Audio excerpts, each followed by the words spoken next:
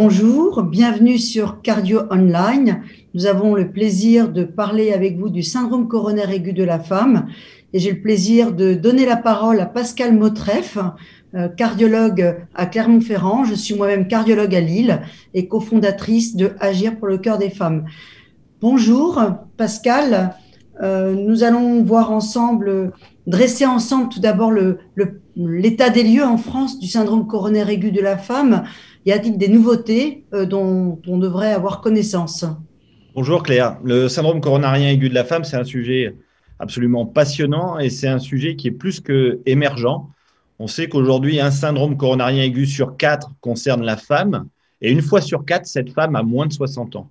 Et la chose qui est réellement nouvelle, c'est qu'on voit une explosion dans cette sous-population de femmes de moins de 60 ans de ces syndromes coronariens aigus. Et Étienne Puymera le montre bien avec FastMI. En l'espace de 20 ans, on a vu doubler cette proportion de patients.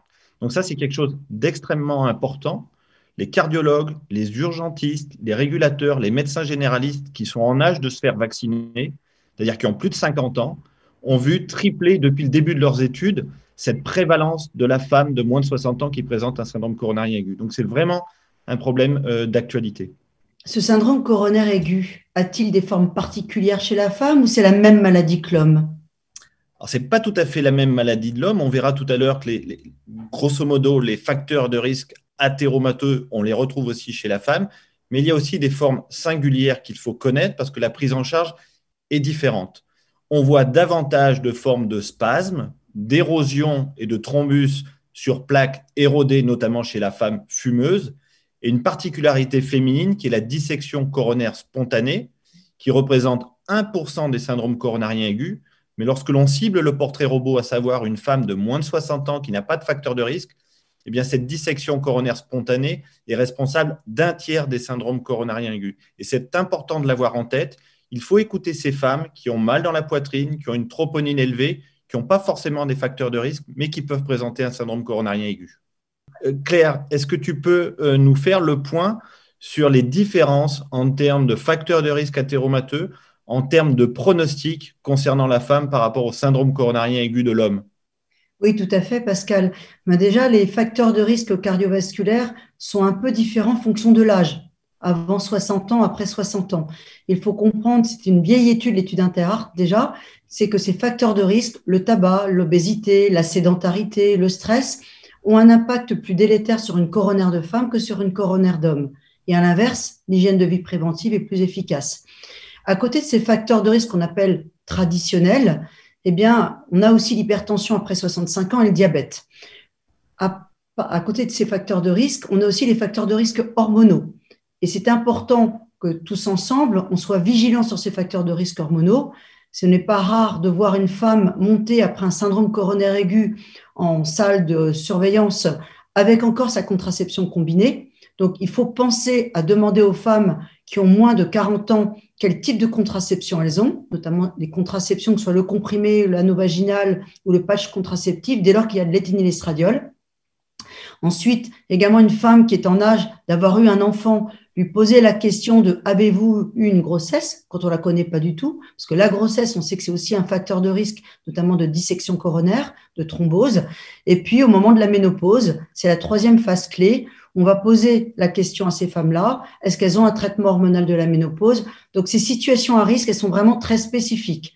Savoir aussi que les femmes qui ont un antécédent de prééclampsie ou de diabète gestationnel ont un risque x2 de faire un infarctus au moment de la ménopause.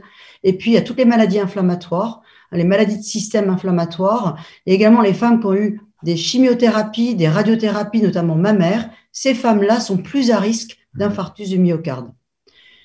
Le pronostic qui découle, donc ces femmes-là, généralement, tu l'as dit tout à l'heure, on l'a vu tout à l'heure ensemble, eh bien, ces femmes ont des symptômes atypiques, mais elles ont également des ordonnances de sortie qui ne sont pas les mêmes que celles des hommes. Elles sont moins bien traitées, notamment les statines, les inhibiteurs de l'enzyme de conversion. Elles vont très peu souvent en rééducation. Or, on sait que la rééducation est fondamentale pour protéger et éviter la récidive.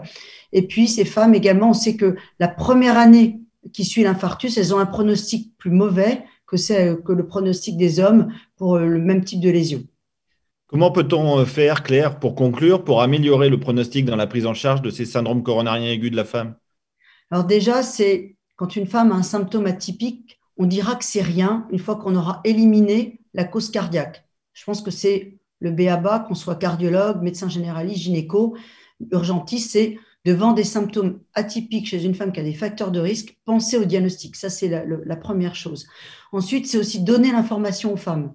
Je pense que les femmes, encore aujourd'hui, quand on les interroge, quand on fait des enquêtes, quand elles viennent nous voir en consultation de prévention, elles ne savaient pas. Elles ont fait le premier infarctus, elles ne savaient pas qu'elles pouvaient être touchées.